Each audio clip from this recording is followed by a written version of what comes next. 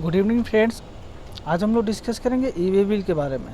हाँ फ्रेंड्स, ई way bill का एक सवाल मेरे एक सब्सक्राइबर ने मुझसे सवाल किया है कि मैं डेली बेस बिजनेसमैन हूँ और मुझे एक कंसाइनमेंट करना है जर्मनी में। तो उनको एक जर्मनी में कंसाइनमेंट करना है।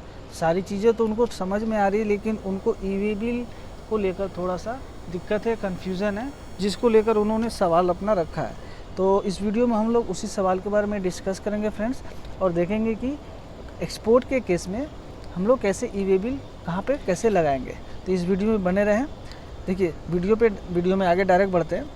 देखिए, जैसे उन्होंने बताया कि वो दिल्ली बेस उनका बिजनेस है, उनका सेटअप दिल्ली में है, और दिल्ली से वो माल वो बिलिंग अभी नहीं, फिजिकली नहीं, वो बिलिंग कर रहे हैं जर्मनी में। ठीक है, जर्मनी में वो बिलिंग कर रहे हैं। ठीक है, तो जर्मनी में उनका कस्टमर है, दिल्ली से वो माल बेच रहे हैं वो जर्मनी में। तो यहाँ पे एक चीज़ ध्यान दीजिएगा, ई वे बिल जब भी सोचिएगा ना, ई वे बिल बनाने के बारे में, तो पहले सोचिएगा कि फिजिकल मूवमेंट कहाँ से कहाँ तक हो रहा है। देखिए, ये जो बिल टू और शिप टू का जो कॉन्सेप्ट आएगा ना, उसको हमेशा दिमाग में क्लियर रखिएगा कि बिल टू और शिप टू है क्या। बिल टू और शिप टू को दिमाग में क्लियर रखिए, कोई दिक्कत ही नहीं होगा। बिल टू का मतलब हो सिंपली हो गया जिसको आप बिल कर रहे हैं। देखिए, इनवॉइस, टैक्स इनवॉइस और ई वे बिल दोनों में देखिएगा दो चीज़ रहता है, ये बिल टू और शिप टू। बिल टू हो गया जिसको आप बिलिंग कर रहे हैं, योर कस्टमर, जिस कस्टमर को आप बिलिंग कर रहे हैं वो बिल हो गया, बिल टू में आ जाएगा, चाहे वो टैक्स इनवॉइस हो या ई वे बिल हो, दोनों की बात करूँ मैं। ठीक है, तो एक मिनट, तो हमेशा ये बात आप याद रखिएगा कि बिल टू और शिप टू में दोनों को मैं क्लियर रखना होगा। तो बिल टू हो गया जिसको आप बिल कर रहे हैं, शिप टू हो गया जहाँ पे फिजिकली माल आप मूवमेंट कर रहे हैं। फिजिकली माल मूवमेंट जहाँ कर रहे हैं वो शिप टू हो गया।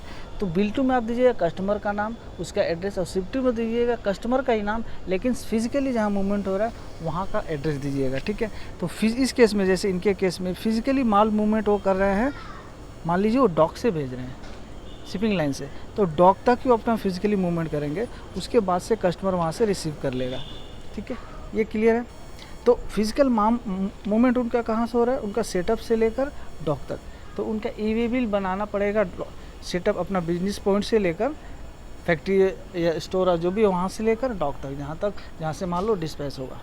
ठीक है, तो टैक्स इनवॉइस में तो अपना बिल टू शिप टू में दोनों में दिखाएंगे कस्टमर का नाम, वहाँ का एड्रेस, लेकिन जब ई वे बिल बनाएंगे तो बिल टू में देना होगा कस्टमर का नाम, उसका एड्रेस, शिप टू में देना होगा कि जहाँ वो फिजिकली माल मूवमेंट कर रहे हैं, मैंने कि शिप टू कहाँ तक दे रहे हैं, डॉक तक का। तो डॉक में, शिप टू में डॉक का एड्रेस दे देंगे और बिल टू में कस्टमर का नाम। क्लियर है इस केस में। तो कहने का मतलब, जब भी आप ई वे बिल बनाइएगा, कुछ सिंपली सबसे पहले सोचिएगा कि माल मूवमेंट कहाँ हो रहा है, वहीं से वहीं तक का होगा। जैसे एग्जांपल के लिए मैं सिंपली एक सिंपल सा एग्जांपल ले लेता हूँ। जैसे कि दिल्ली बेस इनका सेटअप है, मैं कलकत्ता में हूँ, कलकत्ता से मेरे को, मान लीजिए मैं एक ट्रेडर हूँ कलकत्ता का। ठीक है, तो कलकत्ता से मैं दिल्ली से माल मंगवा कर मैं मान लीजिए कि मुंबई में सप्लाई करना चाहता हूँ। मेरा कस्टमर एक मुंबई में है जिसको माल देना है, और उस माल को मैं दिल्ली में कोई सप्लायर है उससे माल लेने वाला हूँ।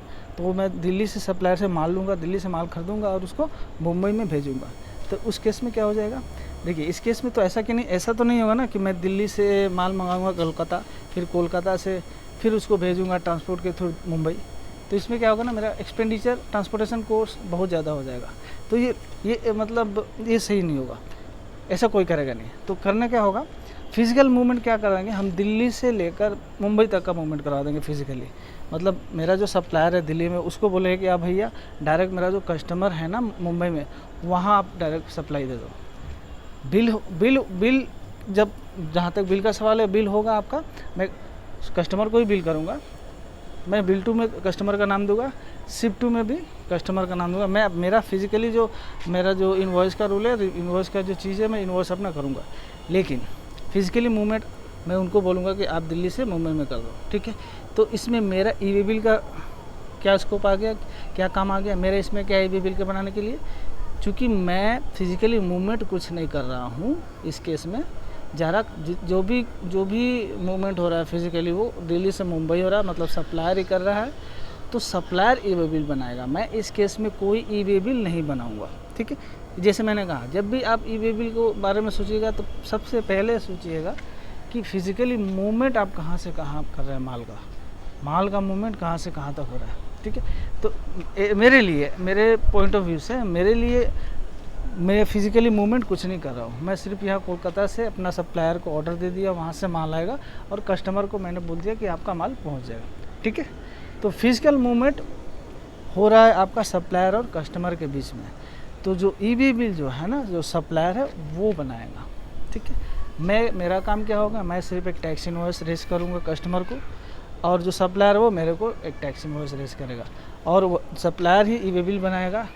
एक टैक्स इनवॉइस, वो क्या बताएगा, मैं ये भी बता देता हूँ आपको कि वो क्या करेगा। टैक्स इनवॉइस बनाएगा, उसमें बिल टू और शिप टू दोनों देगा। बिल टू में मेरे को कलकत्ता में जो कस्टमर यानी कि हमारे को देगा बिल टू में। शिप टू में क्या करेगा, वो मुंबई वाला का नाम दे देगा, ठीक है, क्योंकि फिजिकली माल वहाँ जा रहा है, मुंबई वाला का सारा एड्रेस देगा। क्लियर है। तो फिज़िकली माल जो करता है, फिज़िकली मूवमेंट जो करता है वो बनाएगा, और जहाँ करता है, जितना दूर का करता है, जहाँ से स्टार्टिंग पॉइंट से लेकर एंड तक, उस जगह का, उस पॉइंट का, मतलब डिस्टेंस का ही ई-वे बिल बनता है, ठीक है।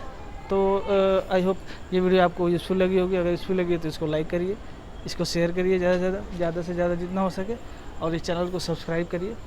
मैं ऐसे ही क्वेश्चन, प्रैक्टिकल क्वेश्चन लेकर आता रहूँगा, कोशिश करूँगा एक करके लेकर आने के लिए, क्योंकि प्रैक्टिकली जब जीएसटी का काम आप करोगे ना, तो इस तरह का छोटे मोटे बहुत सारे प्रॉब्लम आते हैं, बहुत से ऐसे सिचुएशन आते हैं जहाँ कुछ समझ में नहीं आता है। तो मैं खुद स्टार्टिंग से जीएसटी जब से आया तब से जीएसटी का ही काम कर रहा हूँ। तो मैं आपसे बोलूँगा कि अगर कोई भी क्वेश्चन हो आपको ऐसा रिलेटेड, जीएसटी रिटर्न रिलेटेड, ऐसा कोई भी क्वेश्चन हो, जीएसटी रिलेटेड हो गया, लॉ रिलेटेड हो गया, आप ई-वे बिल रिलेटेड हो गया, तो आप बिना झिझक कमेंट बॉक्स में क्वेश्चन पूछिए। मैं कोशिश करूँगा उसको जवाब देने के लिए।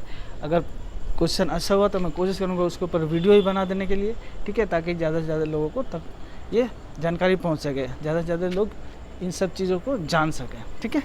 तो आई होप ये वीडियो आपको अच्छी लगी हो। तो इस वीडियो में बस इतना ही। Thank you very much.